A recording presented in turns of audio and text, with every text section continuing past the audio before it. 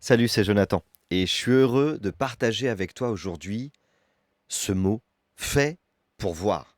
Il y a un texte de la Bible qui dit dans Matthieu chapitre 28 verset 19, allez et faites de toutes les nations des disciples. Et il termine, et voici, je suis avec vous tous les jours jusqu'à la fin du monde.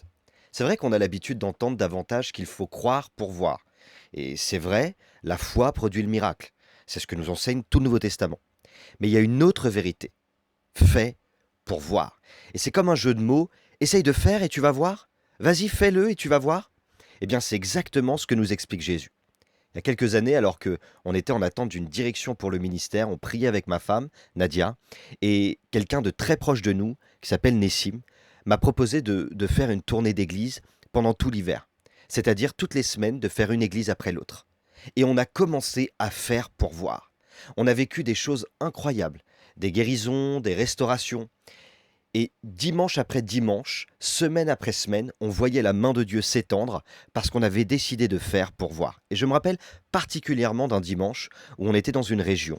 Et dans cette petite église, le pasteur nous a proposé l'après-midi d'aller visiter une femme, un petit couple qui était malade.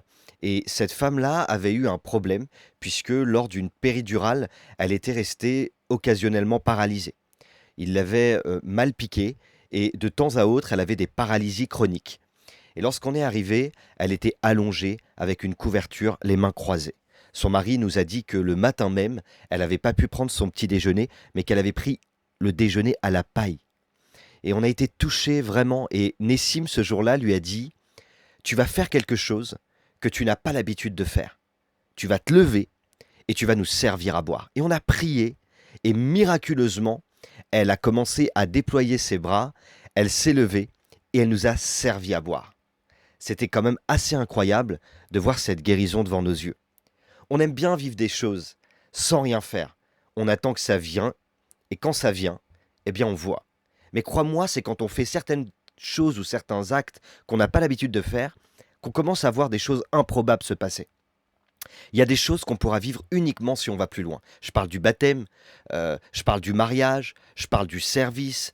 Il y a des choses que tu ne vivras pas si tu ne t'engages pas à aller plus loin. Alors, quelle est la chose que tu n'as pas encore faite et que tu attends de faire? Quelle est la chose que tu vas faire aujourd'hui pour voir comment Dieu va t'accompagner? Et n'oublie pas, Dieu a mis son potentiel en toi.